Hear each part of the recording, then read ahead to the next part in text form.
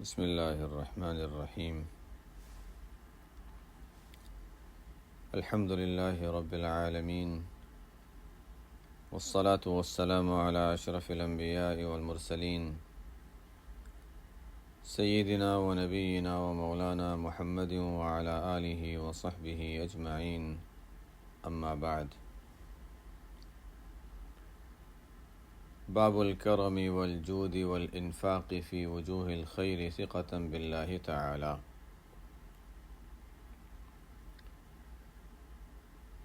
امام نووی رحمۃ اللہ علیہ کو اللہ تعالیٰ جزائے خیر عطا فرمائے، ان کے درجات اللہ تعالیٰ خوب بلند فرمائے۔ انہوں نے ایک بہت اچھی ترتیب سے ہمارے سامنے ابواب قائم کر دیے، احادیث بیان کر دیں اور بعض جگہ قرآنی آیتیں بھی پیش کر دیں تاکہ یہ اچھی باتیں ہمارے سامنے آئیں اور قرآن و حدیث کی روشنی میں آ جائیں۔ انہوں نے جس اخلاص کے ساتھ یہ کام کیا ہوگا اس کی تاثیر ہم دیکھ رہے ہیں کہ اللہ تعالیٰ نے اس کتاب کو کتنی مقبولیت دی۔ دنیا کے کسی بھی علاقے میں جائیں تو یہ کتاب معروف ہے، اور عرب ہوں غیر عرب ہوں ہر جگہ اس کتاب کو ایک خاص اہمیت دی جاتی ہے۔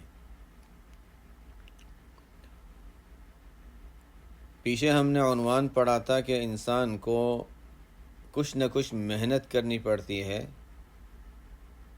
اپنا گزارا کرنے کے لیے انسان کو کچھ نہ کچھ محنت کرنی چاہیے، کمائی کے لیے کچھ نہ کچھ اسباب اختیار کرے۔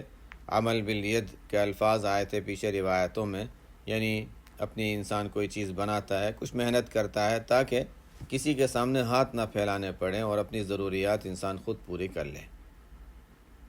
دل بھی دوسروں کے مال کی طرف مائل نہ ہو اور ہاتھ بھی نہ پھیلے، نہ ظاہر میں مانگے نہ دل سے مانگے۔ اب جب انسان نے کمائی کے اسباب اختیار کر لیے،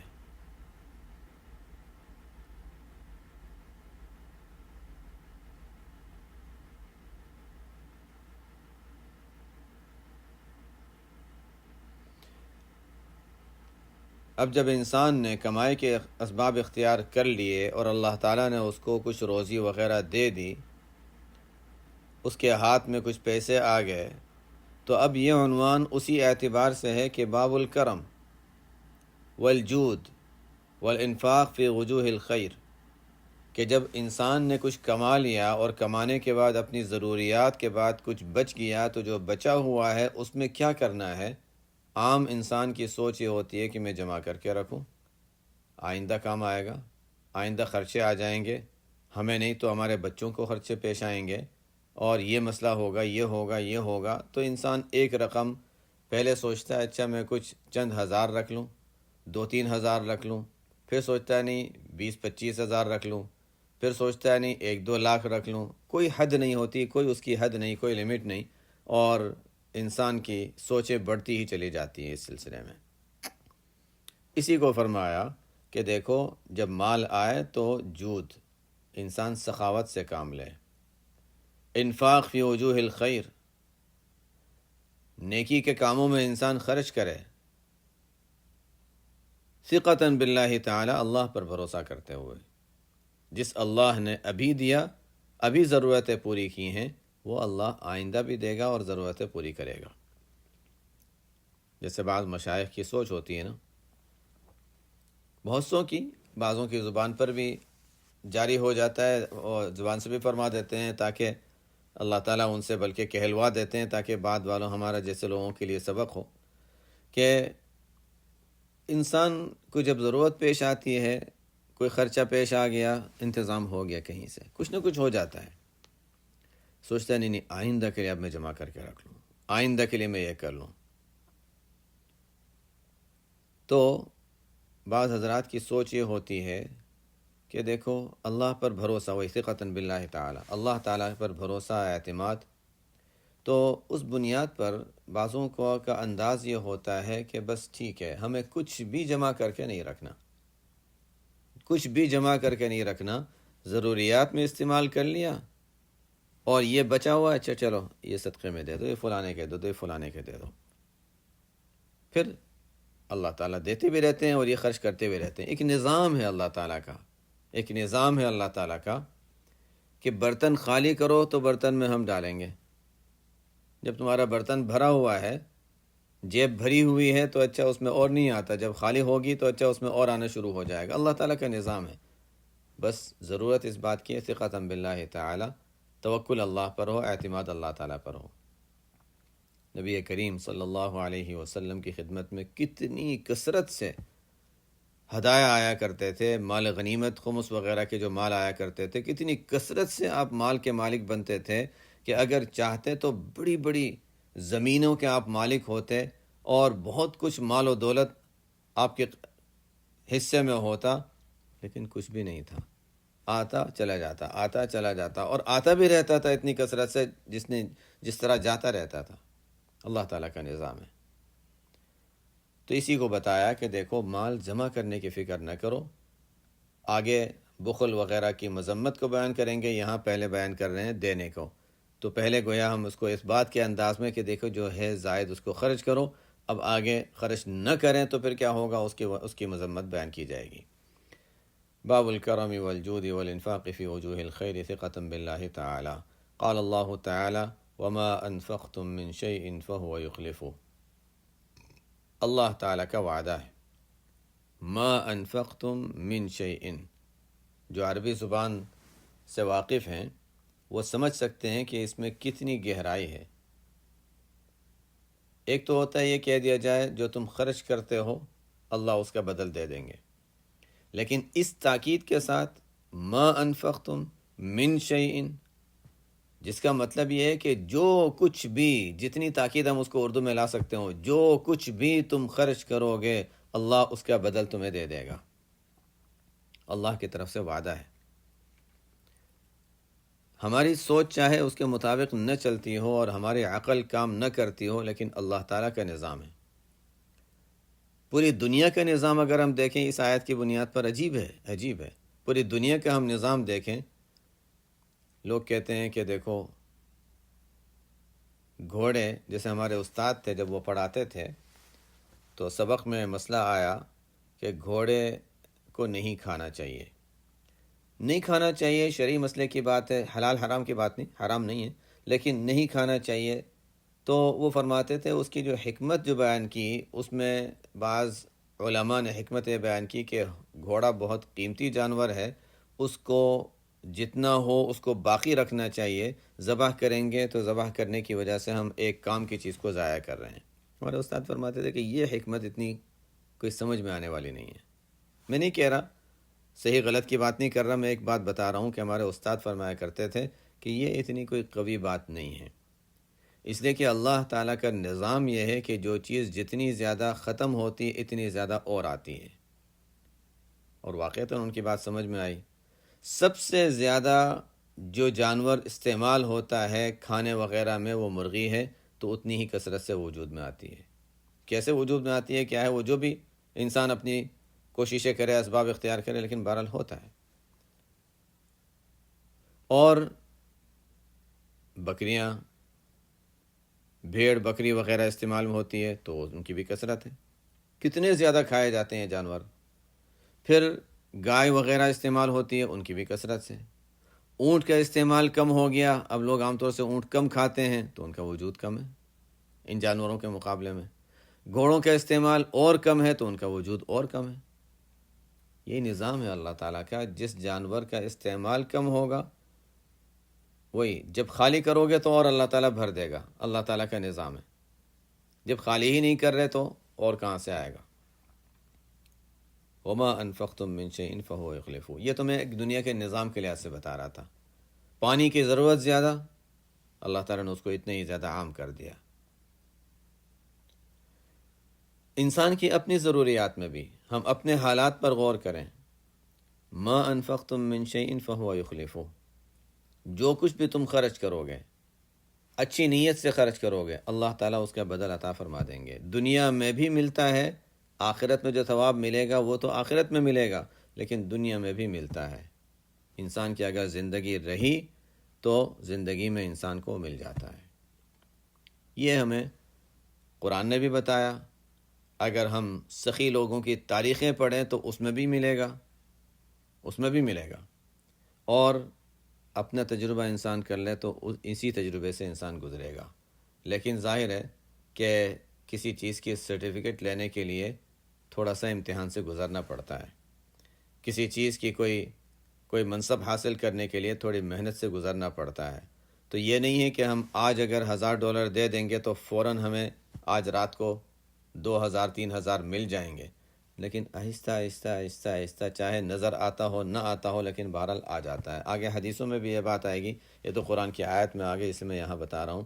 وما انفقتم من شیء فهو یخلفہ، انسان اللہ کے اس وعدے پر یقین کرتے ہوئے جب خرچ کرتا ہے تو ضرور یہ وعدہ پورا ہوتا ہے۔ ہاں، گناہ کے کاموں میں خرچ کیا تو وہ نہیں، نیکی کے کاموں میں نیک نیت سے خرچ کیا۔ کتنے ہیں جو ان تجربات سے گزر رہے ہیں کہ اب سے 15 سال پہلے خرچے کم تھے، انکم کم تھی، خرچے بڑھے، انکم بڑھی۔ انسان یہ سوچے کہ نہیں اب یہ چیز مہنگی ہو گئی، اب میں لینا چھوڑ دوں، ضرورت کی چیز مہنگی ہو گئی اس لیے میں چھوڑ دوں، یہ سوچ صحیح نہیں۔ جب چیز مہنگی ہو گئی، ضرورت کی ہے، ضرورت کے لیے تو پیسے اسی لیے تو ہوتے ہیں، ضرورت میں انسان خرچ کرے گا، اللہ تعالیٰ دوسرے اسباب پیدا کر دیں گے۔ بہرحال یہ ہر ایک کے اپنے حالات کے لحاظ سے اپنا دیکھ لے کیا چیز ضرورت ہے، کیا چیز نہیں ہے۔ وما انفقتم من شیء، جو کچھ بھی تم خرچ کرتے ہو نیکی کے راستے میں، اللہ کی رضا کی نیت سے، اپنے ضروریات میں، اپنے گھر والوں کی ضروریات میں، لوگوں کی ضروریات میں، فقراء کو دینے میں، لوگوں کی امداد کرنے میں، اللہ اس کا بدل ضرور دے گا۔ وقال تعالی، اور دوسری جگہ اللہ تعالیٰ کا ارشاد ہے، وما تنفقوا من خیر فلانفسکم، جو کچھ بھی تم اچھی نیت سے خرچ کرتے ہو، جو کچھ مال تم اچھی نیت سے خرچ کرتے ہو تو اپنے ہی نفع کے لیے خرچ کرتے ہو۔ وما تنفقون الا ابتغاء وجه اللہ وما تنفقوا من خیر یوفى الیکم وانتم لا تظلمون۔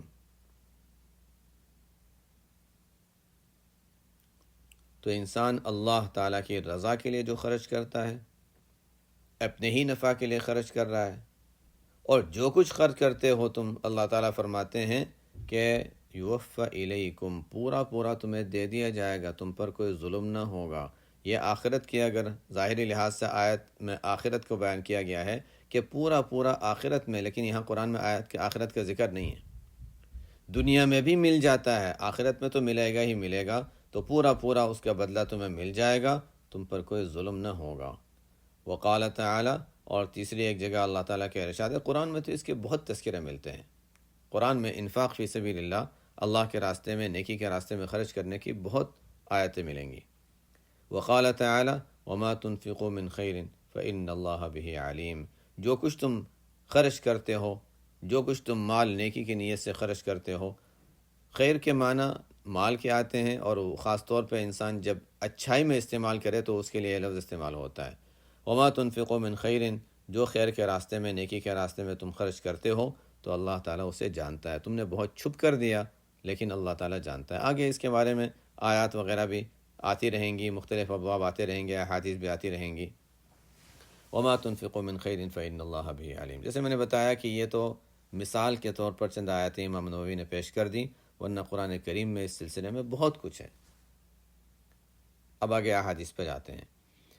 وعن ابن مسعود رضی اللہ تعالی عنہ عن النبی صلی اللہ علیہ وسلم قال لا حسد الا فی اثنتین، رجل آتاہ اللہ مالا فسلطه على هلكته في الحق، ورجل آتاه الله حكمة فهو يقضي بها ويعلمها، متفق علیہ۔ حضرت عبداللہ ابن مسعود رضی اللہ تعالی عنہ سے روایت ہے، نبی کریم صلی اللہ علیہ وسلم نے ارشاد فرمایا، حسد نہیں ہے مگر دو شخصوں کے بارے میں، دو چیزوں کے بارے میں۔ ایک وہ شخص جسے اللہ تعالیٰ نے مال دیا ہو اور اسے توفیق دی ہو خرچ کرنے کی حق کے راستے میں، اور دوسرا وہ شخص جسے اللہ تعالیٰ نے حکمت دی ہو، اس حکمت کے مطابق وہ فیصلے بھی کرتا ہے، سکھاتا بھی ہے۔ یہاں پر حدیث کو سمجھنے کی ضرورت ہے۔ پہلا حصہ جو ہے لا حسد الا فی اثنتین، پہلے اس کو ہم سمجھتے ہیں۔ حسد جو ہے ایک تو اس کے حقیقی معنی ہے، اور کبھی کبھی حسد دوسرے معنی میں استعمال ہوتا ہے۔ حسد کے حقیقی معنی جو ہیں وہ یہ ہیں کہ کسی کے پاس انسان کوئی نعمت دیکھے اور یہ دل میں طلب پیدا ہو، دل میں خواہش ہو اور دل میں یہ چاہتا ہو کہ کسی طریقے سے سامنے والے سے وہ نعمت ختم ہو جائے اور مجھے مل جائے۔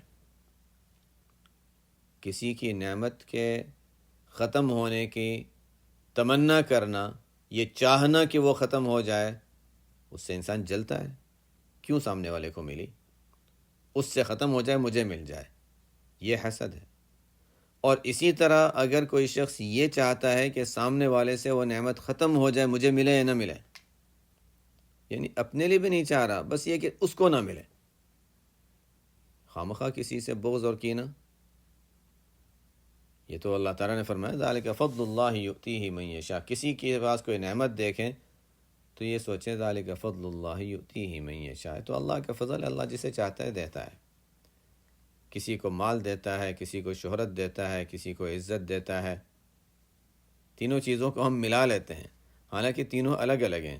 کوئی بہت مالدار ہوتا ہے لیکن لوگوں کو نہیں پتہ ہوگا، کوئی مشہور ہوتا ہے لیکن عزت نہیں ہوتی، مشہور ہے عزت نہیں ہے۔ ہم نے قرآن کی تفسیر میں بھی ایسے مکہ کے دور میں ایسے لوگ ملتے ہیں کہ لوگوں کی نظروں میں وہ بڑے ذلیل سمجھے جاتے تھے، لیکن مال کی وجہ سے ان کو لوگ ان کا عزت کر لیتے تھے، ظاہری عزت کر لیتے تھے، دلوں میں کوئی عزت نہیں تھی ان لوگوں کی۔ تو بعض لوگ مالدار زیادہ ہوتے ہیں، بعض لوگ مشہور زیادہ ہوتے ہیں، اچھائی میں یا برائی میں بہرحال مشہور ہیں، ہر جگہ جائیں گے وہ ان کو بہت سارے لوگ ان کے اس لیے کہ شہرت ہے، اور بعض لوگوں کی عزت لوگوں کے دلوں میں ہوتی ہے۔ امام زین العابدین رحمۃ اللہ علیہ، حضرت حسین رضی اللہ عنہ کی اولاد میں آگے امام زین العابدین آتے ہیں۔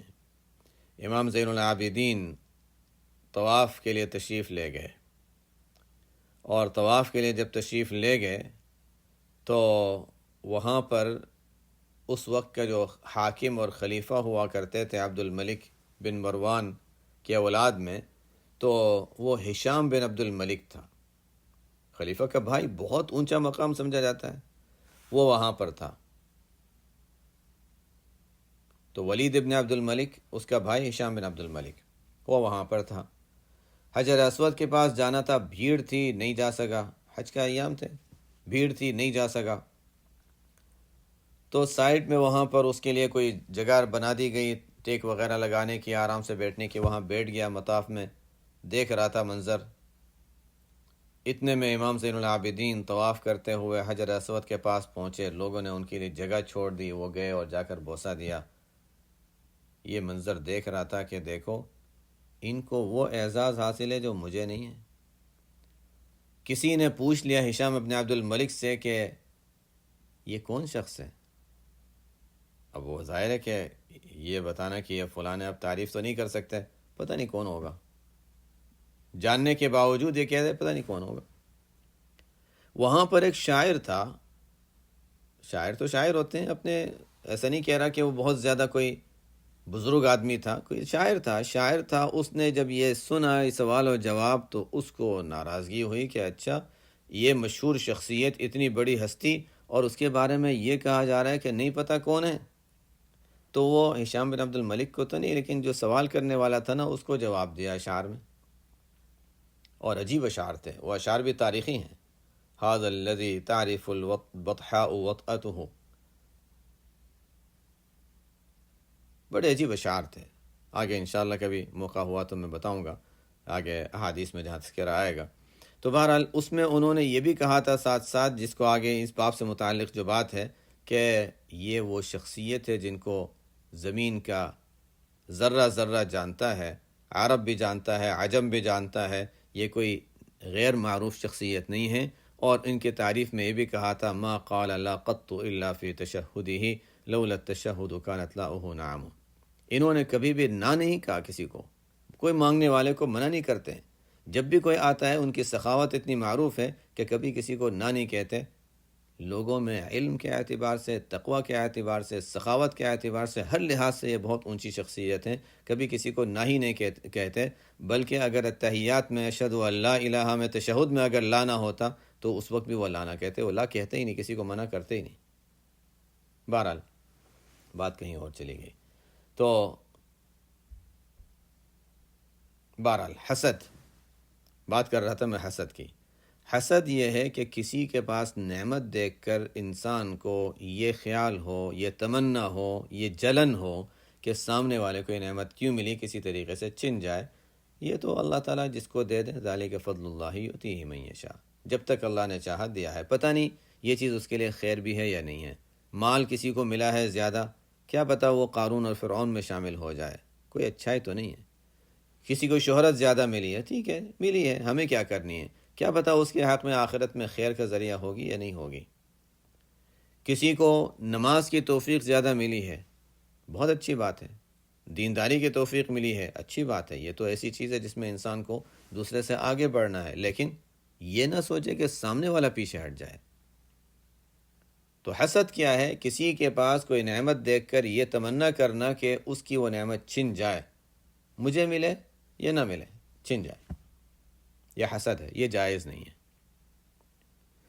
دوسری ایک چیز اس کے قریب قریب یہ ہوتی ہے کہ کسی کے پاس انسان کوئی نعمت دیکھے اور یہ خیال کرے، یہ تمنا کرے کہ مجھے بھی مل جائے، مجھے بھی مل جائے، اس کے پاس رہے مجھے بھی مل جائے.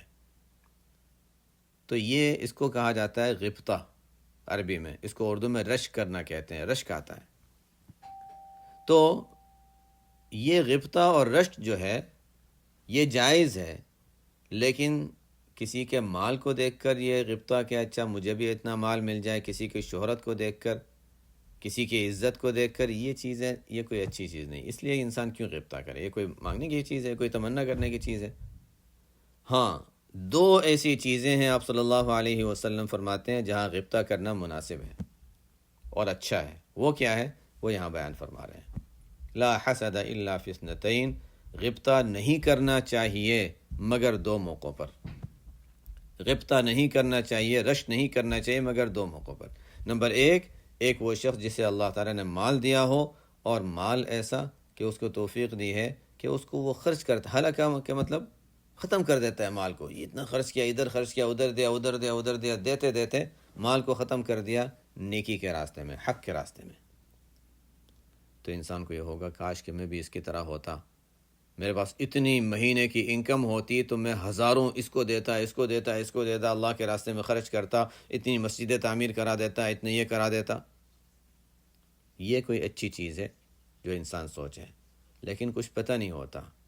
دعا کرنا، انسان پتہ نہیں اس کی دعا بھی کرے یا نہیں، اس لیے کہ جب زیادہ مال آتا ہے شروع میں تو انسان سوچتا ہے کہ میں بھی دوں، لیکن پھر انسان کے اندر لالچ آنی بھی شروع ہو جاتی ہے. ہر ایک کو اللہ تعالیٰ جانتے ہیں اور اس کی حالت کے اعتبار سے اس کو دیتے ہیں.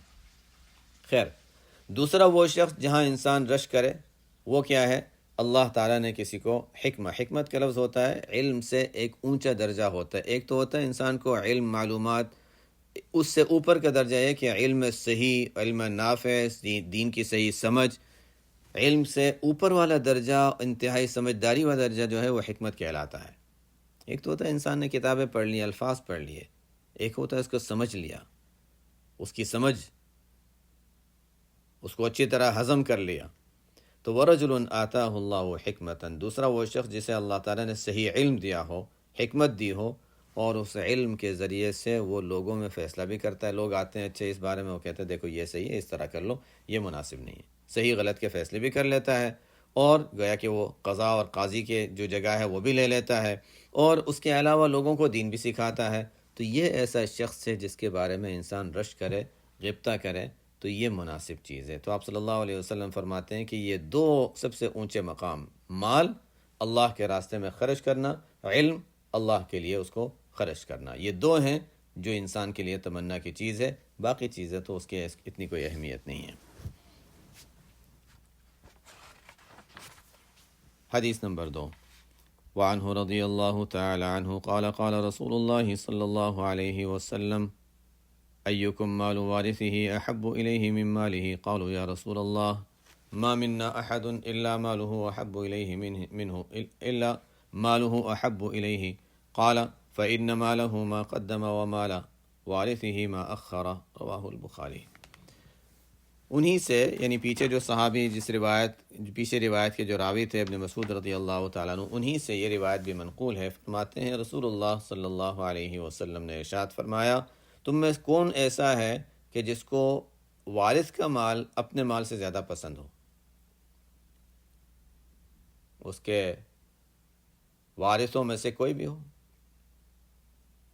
اس کے ماں باپ ہیں، اس کے بھائی بہن ہیں، اس کی اولاد ہے، اس کی بیوی ہے، رشتہ دار ہیں، چچا ہیں، دوسرے کے ٹھیک ہے ان کے پاس جو ہے وہ ان کا مال ہے۔ ظاہر ہے انسان کو اپنا مال زیادہ پسند ہوتا ہے، چاہے ٹھیک ہے دوسروں کے مال سے ہمیں کوئی وہ نہیں، ہاں اللہ تعالیٰ ان کو دے، لیکن ان کے پاس مال ہوتا ہے، کم ہوتا ہے، زیادہ ہوتا ہے، نہ ہمیں اس کا علم حاصل کرنے کی ضرورت ہے، نہ ہمیں اس سے کوئی غرض ہے۔ اپنا مال، ہاں میرا اتنا ہے، اپنے بارے میں انسان سوچتا ہے، تو اپنا مال ہر ایک کو زیادہ پسند ہوتا ہے، انسان کی طبیعت ہے۔ تو نبی کریم صلی اللہ علیہ وسلم نے یہ پوچھا کہ کون ہے جس کو اپنے وارث کا مال اپنے مال سے زیادہ پسند ہے؟ کوئی ایسا ہے؟ صحابہ بڑے صاف دل تھے، بڑے صاف دل تھے، ہم ہوتے تو جی حضرت ہاں ہمیں تو پسند ہے، اپنے نفاق نہیں تھا صحابہ میں، صاف بالکل صاف دل والے تھے۔ صحابہ نے عرض کیا رسول اللہ ہم میں کوئی بھی ایسا نہیں ہوگا کہ جس کو دوسرے کا مال اپنے مال سے زیادہ پسند ہو، ہر ایک کو اپنا مال ہی زیادہ پسند ہوتا ہے، چاہے وہ پسند ہے کا مطلب اپنے لیے رکھے، خرچ کرے، اللہ کے راستے میں دے، لیکن بہرحال دوسرے کے مال سے تو انسان کو غرض ہی نہیں ہوتی، مال تو اپنا ہی پسند ہوتا ہے۔ پھر جب وہ اپنا مال پسند ہے کا مطلب یہ ہے کہ جو خرچ کیا تو آخرت کے اکاؤنٹ میں جمع کر دیا نا، وہ تو اپنا پکا ہو گیا۔ صحابہ نے بہرحال یہ صاف بات کہہ دی کہ ہمیں تو اپنا ہی مال زیادہ پسند ہے، ہم ہر ایک کی حالت یہی ہوگی۔ تو نبی کریم صلی اللہ علیہ وسلم نے فرمایا دیکھو فَإِنَّ مَالَهُ مَا قَدَّمَ، اپنا مال انسان کا وہ ہے جو انسان نے آگے بیچ دیا۔ ما قدمہ میں عام ہے، مطلب یہ ہے کہ انسان اپنی ضروریات میں خرچ کر لے، وہ بھی چلو ٹھیک ہے، خرچ تو کیا نا زندگی میں، اپنی زندگی میں انسان اپنے آپ پر خرچ کر لیتا ہے، اپنے بچوں پر، اہل و عیال پر خرچ کر لیتا ہے، یا کسی کو دے کر صدقات وغیرہ دے کر آخرت کے اکاؤنٹ میں جمع کر لیتا ہے۔ یہ تو سب آگے چلو جو انسان نے استعمال کر لیا، یہ کہہ سکتے ہیں استعمال کر لیا، دنیا کے نفع میں، آخرت کے نفع میں بہرحال استعمال کر لیا، تو یہ تو انسان کا اپنا مال ہے، ٹھیک ہے۔ کچھ آخرت میں کام آئے گا، کچھ نہیں آئے گا، وہ الگ معاملہ ہے۔ لیکن انسان جو جمع کر کے رکھتا ہے، نہیں تھوڑے میں پیسے جمع کر کے رکھتا ہوں، تھوڑے جمع کر کے رکھتا ہوں، استعمال اتنے کر رہا ہے اور اتنا پرسنٹ جو ہے وہ بینک میں جمع کرنا ہے، اتنا سیونگ کرنی ہے، اتنا فلانی جگہ پر رکھ دینا ہے تاکہ محفوظ رہے۔ تو فرمایا کہ وہ جو دوسرا جو مال محفوظ تم رکھ رہے ہو نا، سمجھ رہے ہو کہ تمہارا ہے، وہ تمہارا نہیں ہے، وارث کا ہے۔ جیسے ہی ملک الموت آ جائیں گے، قصہ ختم ہو گیا، وہ سب وارثوں کے پاس جائے گا۔ تو تمہیں وہ وارثوں والا مال پسند ہے یا اپنا مال پسند ہے؟ کس انداز سے آپ صلی اللہ علیہ وسلم بات سمجھایا کرتے تھے۔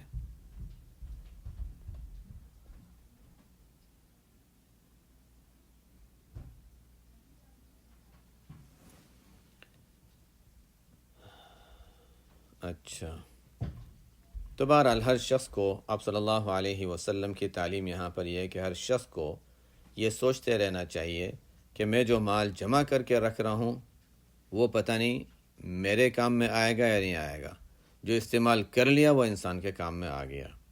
کبھی انسان کیا سوچتا ہے، کبھی انسان یہ سوچتا ہے کہ میں اگر خرچ نہ بھی کروں تو وارثوں کے پاس جائے گا، وارثوں کے پاس جائے گا تو وہ بھی تو میری طرف سے صدقہ دیں گے۔ جب انسان خود اپنے مال میں، اپنے پیسے جو آخرت میں اپنے لیے ہیں، اس میں صدقہ نکالنے میں انسان بخل سے کام لیتا ہے کہ نہیں جمع کر لو، نہیں زیادہ خرچ کریں گے تو ہمارے پاس کیا بچے گا، تو اپنے مال کو اپنی نفع کے لیے آخرت میں جمع کرنے میں انسان بخل سے کام لیتا ہے، تو کیا ہم یہ امید رکھیں گے کہ ہمارے وارث ہمارے حق میں ہم سے زیادہ سخاوت کریں گے؟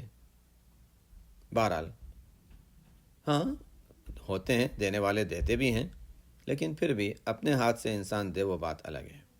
آگے چلتے ہیں، حدیث نمبر 3۔ وعن عدي بن حاتم رضي الله تعالى عنه أن رسول الله صلى الله عليه وسلم قال اتقوا النار ولو بشق تمرة متفق عليه۔ عدی بن حاتم رضی اللہ تعالی عنہ سے روایت ہے، رسول اللہ صلی اللہ علیہ وسلم نے ارشاد فرمایا، عدی بن حاتم سب کو ذہن میں ہوگا کہ مشہور زمانے کے سخی، عرب میں جو مشہور سخی گزرے ہیں حاتم طائی، یہ ان کے بیٹے ہیں عدی بن حاتم۔ حاتم طائی کے تو واقعات بہت مشہور ہیں سخاوت کے، عجیب عجیب واقعات ہیں، صحیح بھی ہوں گے غلط بھی ہوں گے، لیکن بہرحال اتنے زیادہ ہیں کہ ہم سب واقعات کو بے اصل اور غلط تو نہیں کہہ سکتے۔ بہت سخی آدمی تھے، ان کے جو اشعار منقول ہیں اس میں بھی توحید کا ذکر ملتا ہے، اللہ کو مانتے تھے وہ، اسی وجہ سے ان کے بارے میں علماء نے لکھا ہے کہ وہ موحد تھے، آخرت کے قائل تھے، اور باوجود یہ کہ جاہلیت کے دور میں تھے ان کے اشعار بڑے عجیب تھے۔ ایک شعر میں وہ کہتے ہیں الم تر ان المال غاد ورائح وان الذي يعطيك غير بعيد، کیا معلوم نہیں ہے کہ مال تو آنے جانے والی چیز ہے، خرچ کرنے میں کیا ہو گیا، اور دینے والی ذات کوئی دور نہیں ہے۔ کیا ایمان تھا ان کا، لیکن بہرحال صحیح تعلیمات ان تک نہیں پہنچی، ورنہ کس کمال کے آدمی تھے وہ۔ تو حاتم طائی کے بیٹے عدی بن حاتم رضی اللہ تعالیٰ عنہ فرماتے ہیں، رسول اللہ صلی اللہ علیہ وسلم نے ارشاد فرمایا، آگ سے بچو، اپنے آپ کو آگ سے بچاؤ، ولو بشق تمرۃ، چاہے کھجور کے ایک ٹکڑے کے ذریعے سے ہو۔ ایک کھجور کوئی بڑی چیز نہیں ہے کہ انسان کسی ضرورت مند کو دے دے۔ اللہ کے راستے میں انسان ایک کھجور جتنی مقدار دے دے کوئی بڑی چیز نہیں ہے، لیکن یہاں فرمایا کہ کھجور کا ایک ٹکڑا بھی انسان اللہ کے راستے میں خرچ کرتا ہے تو یہ بھی آخرت میں آگ سے بچنے میں کام دے گا۔ کتنا نفع ہے صدقے کا۔ ہمارے گناہ ہوتے رہتے ہیں، گناہ کی وجہ سے ہم آگ سے، دوزخ سے قریب ہوتے رہتے ہیں۔ اب آپ صلی اللہ علیہ وسلم ہمارے لیے ایک ڈھال بیان فرما رہے ہیں کہ دیکھو،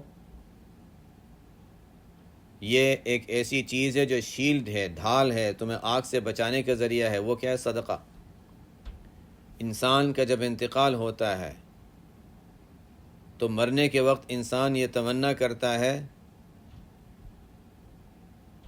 فَأَصَّدَّقَ وَأَكُن مِّنَ الصَّالِحِينَ، یا اللہ مجھے تھوڑی سی مہلت مل جائے تو میں صدقہ دے دوں، صدقہ دے کر نیک لوگوں میں شامل۔ اس کو پتہ ہے، مرنے والے کو پتہ ہے وہاں جانے کے بعد صدقے کی کیا قیمت ہے، تو وہ یہ تمنا کرتا ہے کہ دوسری چیزوں کے مقابلے میں صدقے کی، کہ میں صدقہ دے دیتا، اللہ کے راستے میں خرچ کر دیتا۔ ابھی اللہ نے موقع دیا ہے، خرچ کرنے کی صورتیں مختلف ہوتی ہیں، اور صدقہ خرچ کرنے کے منافع انشاءاللہ آئندہ ہفتے، ابھی تو چونکہ احادیث کو ہم پڑھ رہے تھے، جب احادیث کا یہ باب ختم ہو جائے گا تو انشاءاللہ جو باتیں آ گئیں وہ تو آ گئیں، جو نہیں آئیں گی تو اس کے علاوہ مزید منافع صدقے کے جو ہیں، جو اس کتاب میں نہیں ہیں، انشاءاللہ ان کا بھی میں اگر یاد رہا تو میں تذکرہ کر دوں گا کہ صدقے کے کیا کیا منافع ہیں، کیا کیا فوائد ہیں۔ بہرحال ایک بڑا فائدہ صدقے کا یہ بھی ہے کہ آخرت میں دوزخ کی آگ کے مقابلے میں یہ صدقہ جو ہے رکاوٹ بن جائے گا، آگ اور اس کے درمیان حائل بن جائے گا، اور اس میں ہزاروں کی ضرورت نہیں ہے، چھوٹا سا صدقہ ہے، انسان کی اپنی حیثیت کے لحاظ سے انسان کے پاس زیادہ نہیں ہے، ایک کھجور پہ پوری آدھی کھانی تھی، آدھی کسی کو دے دی کھانے کے لیے، تو وہ بھی آگ سے بچنے میں کام آئے گی۔ کتنی تاثیر ہے، کتنی طاقت ہے صدقے میں۔ بہرحال میں یہ بتا رہا تھا کہ صدقہ یعنی اللہ کے راستے میں خرچ کرنے کی شکل صرف یہی نہیں ہے کہ انسان دور کوئی ضرورت مند موجود ہوں ان تک پہنچانے کی کوشش کرے، کسی کے گھر کے حالات تنگ ہیں ان کو دے دیا، اپنے گھر میں ضروریات ہیں ان پر خرچ کیا نیکی کی نیت سے، جو ہر مہینے انسان جو گروسری لاتا ہے اس میں بھی انسان نیکی کی نیت کرے، وہ بھی صدقے کا ثواب ہے۔ میں نہیں کہہ رہا کہ اسی کو انسان کافی سمجھ لے، لیکن نیت کو حاضر کر لے، بس اتنا کہ ضائع کیوں کر رہا ہے، خرچ تو کر ہی رہا ہے، اچھی نیت کر لے گھر والوں کو کھلانے کے لیے، یہ ظاہر ہے وہ نیت ہے ہی، لیکن بس نیکی کی نیت جب انسان کے حاضر ہوتی ہے نا، جس کو کہتے ہیں احتساب، ثواب کی نیت جب شامل ہوتی ہے تو اس میں فضیلت بڑھ جاتی ہے۔ تو تھوڑا تھوڑا انسان تھوڑا انسان کہیں دے دے، تھوڑا سا کہیں خرچ کر دیا، کوئی ضرورت مند، کوئی ضروری یہ نہیں کہ ہزاروں دے گا یا میری پیسے دینے سے اس کے مال میں کوئی فرق پڑ رہا، $1 دے دیا۔ لیکن اگر بہت سے لوگ یہی سوچیں کہ میں $1 دے دوں، جیسے وہ ہمارے یہاں سے ایک جو کبھی کبھی نکلتا رہتا ہے کہ ایک دن کا $1، مہینے کے $30، کوئی بڑی چیز نہیں، ہر ایک انسان دے سکتا ہے، لیکن یہی چیز اگر عام دیکھا جائے، $30 مہینے کے مدرسے میں کہاں جائیں گے؟ وہ تو نظر بھی نہیں آئیں گے کہ $30 کہاں چلے گئے۔ لیکن اگر 1000-2000 لوگ اسی سوچ کے ساتھ اگر $1 دے دیں، مہینے کے $30، تو 1000 لوگ اگر گئے تو اچھی خاصی رقم ہو جائے گی، 2000 لوگ اگر اس طرح کر لیں تو کتنی بڑی رقم ہو جائے گی۔ تو بہرحال یہ چھوٹا ہوتا ہے، لیکن انسان کے لیے بھی نفع مند ہوتا ہے، جس کو دیتے ہیں اس کے لیے بھی نفع مند ہوتا ہے۔ حدیث نمبر 4، وعن جابر رضی اللہ تعالی عنہ قال ما سئل رسول اللہ صلی اللہ علیہ وسلم شیئا قط فقال لا۔ نبی کریم صلی اللہ علیہ وسلم سے جب بھی کسی چیز کے بارے میں سوال کیا گیا تو کبھی آپ نے نہ نہیں فرمایا۔ عجیب مزاج تھا نبی کریم صلی اللہ علیہ وسلم کا۔ جیسے میں نے بتایا امام زین العابدین کے بارے میں کہ فرزدق شاعر نے ان کے بارے میں شعر کہا تھا کہ ما قال لا قط الا فی تشہدہ، انہوں نے تشہد کے علاوہ کبھی نہ کہا نہیں۔ مبالغہ ہے، ظاہر ہے، نہ تو انسان کہتا ہے بہت سی جگہوں پر لا الہ الا اللہ کے علاوہ دوسری جگہوں پر بھی تو لا کا لفظ آ جاتا ہے، لیکن مقصد یہ ہے کہ نہ عادت ہی نہیں ان کی، کوئی مانگنے آئے دے دے گا۔ اور یہ کس کے طریقے پر؟ اپنے نانا کے طریقے پر، نبی کریم صلی اللہ علیہ وسلم کے طریقے پر عمل تھا کہ حضور صلی اللہ علیہ وسلم سے بھی جب کوئی کچھ مانگنے آتا، ہوتا تب بھی دیتے، نہیں ہوتا تب بھی دیتے تھے، ہوتا تھا تب بھی دیتے تھے، نہیں ہوتا تھا تب بھی دیتے تھے۔ ایک شخص آئے، ضرورت مند تھے، آپ صلی اللہ علیہ وسلم نے گھروں میں معلوم کیا، ازواج مطہرات کے گھر تھے، بظاہر اس وقت 9 گھر ہوں گے، 9 گھروں میں معلوم کیا کسی کے یہاں کوئی کھانے کی چیز نہیں تھی۔ تو ہونا تو کیا چاہیے تھا کہ کوئی آ کر آپ صلی اللہ علیہ وسلم کو دیتا، یہاں تو جو آتا تھا سب خرچ ہو جاتا تھا نا۔ کسی گھر میں کوئی کھانے کی چیز نہیں تھی، کوئی کھانے کی چیز نہیں تھی۔ ایک صحابی نے جب یہ حال دیکھا کہ اچھا حضور صلی اللہ علیہ وسلم کے پاس اپنا کچھ نہیں اور اپنی فکر نہیں کر رہے، مہمان کو کھلانے کی فکر کر رہے ہیں، عجیب حال تھا۔ اپنی فکر نہیں ہے، مہمان کو کھلانے کی فکر ہے۔ تو سامنے والے صحابی نے کہا میں کھلانے لے جاتا ہوں، اپنے گھر لے گئے، گھر گئے، بیوی سے کہا تو انہوں نے کہا ہمارے پاس تو کچھ بھی نہیں ہے، صرف بچوں کو کھلانے کے لیے۔ ان کا بھی حال ایسا ہی تھا، صرف بچوں کو کھلانے کے لیے اور کچھ بھی نہیں ہے۔ اچھا ایسا کرو، بچوں کو کسی طریقے سے بہلا پھسلا کر سلا دو، اور اب ایک شخص کا کھانا ہے، مہمان دیکھے گا تو اس کو لگے گا یہ لوگ کیوں نہیں کھا رہے، ہم نہیں کھائیں گے تو مہمان بھی نہیں کھائے گا۔ اب مہمان کو بھی کھلانا ہے اور اس کو یہ ظاہر بھی نہیں ہونے دینا کہ ہم نہیں کھا رہے، تو ایسا کرنا کہ کھانا رکھنے کے بعد پھر چراغ غلطی سے بجھا دینا تاکہ اندھیرا ہو جائے، اندھیرا ہوگا تو اس کے سامنے کھانا ہوگا، وہ کھاتا رہے گا اور ہم بھی ایسا ظاہر کریں گے گویا ہم بھی چبا رہے ہیں اور کھا رہے ہیں، ہم نہیں کھائیں گے۔ ایسا ہی کیا، اندھیرے میں مہمان کو پتہ نہیں چلا، نبی کریم صلی اللہ علیہ وسلم کی خدمت میں حاضر ہوئے، اللہ تعالیٰ نے ان کی تعریف میں آیت نازل فرما دی۔ تو یہ تھا آپ صلی اللہ علیہ وسلم کی تعلیم کا اثر کہ جو سنتے تھے، عمل کرتے تھے، دل پر اس کا اثر ہوتا تھا، عمل میں وہ چیز آ جاتی تھی۔ ما سئل رسول اللہ صلی اللہ علیہ وسلم شیئا قط فقال اللہ۔ ایک موقع پر ایک صحابی، ضرورت مند لوگ آتے تھے، اپنی ضروریات کے سوال کرتے تھے، اور آپ صلی اللہ علیہ وسلم تو ویسے بھی سخاوت کا سمندر تھا، آپ صلی اللہ علیہ وسلم سے سخاوت کا تو کوئی مقابلہ ہی نہیں تھا۔ تو کوئی آئے اور آ کر کچھ مانگا، نبی کریم صلی اللہ علیہ وسلم نے فرمایا میرے پاس تو ابھی کچھ بھی نہیں ہے، لیکن ایسا کرو میرے حساب میں قرض لے لو، میرے پاس کچھ بھی نہیں ہے، میرے حساب میں قرض لے لو، ادھار لے لو، جس سے لینا ہے میں اس کو ادا کر دوں گا۔ حضرت عمر رضی اللہ تعالی عنہ آپ صلی اللہ علیہ وسلم کی اس تکلیف کو برداشت کرنا ان کے لیے مشکل تھا۔ حضرت عمر رضی اللہ عنہ نے عرض کیا، یا رسول اللہ، آپ کے پاس ہوتا ہے تو آپ دے دیتے ہیں، ختم کر دیتے ہیں، وہ تو ٹھیک ہے، لیکن جب آپ کے پاس ہے نہیں تو آپ اس تکلیف میں کیوں پڑتے ہیں؟ نبی کریم صلی اللہ علیہ وسلم کو یہ بات اتنی اچھی نہیں لگی، حالانکہ ان کی راہ آپ صلی اللہ علیہ وسلم کی راحت ہی کے لیے تھا، لیکن آپ صلی اللہ علیہ وسلم کو یہ رائے اچھی نہیں لگی۔ ایک اور انصاری نے یہ بحال دیکھا تو انہوں نے نبی کریم صلی اللہ علیہ وسلم سے فرمایا کہ یا رسول اللہ، خرچ کیجئے، خوب خرچ کیجئے، کرتے رہیے، ولا تخش من ذل عرش اقلالا، عرش کا مالک ہے، اس سے کبھی آپ تنگی کا خوف نہ کیجئے، وہ خوب دے گا آپ کو۔ آپ صلی اللہ علیہ وسلم نے صحابی کی یہ بات سنی تو خوشی سے آپ کا چہرہ کھل گیا۔ یہی آپ صلی اللہ علیہ وسلم کی عادت تھی۔ یہی میں بتا رہا تھا کہ ہوتا تب بھی دیتے تھے، نہیں ہوتا تھا تب بھی دیتے تھے، اور اس پر خوش ہوتے تھے کہ مجھے دینے کا موقع ملا۔ ایک عجیب ہی شان تھی۔ اور یہ جود و سخا کا لفظ جو ہے وہ اس شان کو بیان نہیں کرتا۔ سخاوت کا لفظ جو ہے، جب ہم سخاوت کا لفظ اپنے جیسوں کے لیے کبھی کبھی، ہمارے جو سخی ہوتے ہیں ہم لوگوں میں، ان کے لیے کبھی استعمال کر لیتے ہیں، آپ صلی اللہ علیہ وسلم کی سخاوت سے اس کا کوئی مقابلہ نہیں ہے۔ بہرحال اللہ تعالی ہمیں بھی یہ اچھی صفات کا کچھ حصہ عطا فرمائے، اور نبی کریم صلی اللہ علیہ وسلم کی یہ جو سنتیں ہیں، ان سنتوں کو بھی کبھی کچھ حصہ اللہ تعالی ہمیں عطا فرمائے۔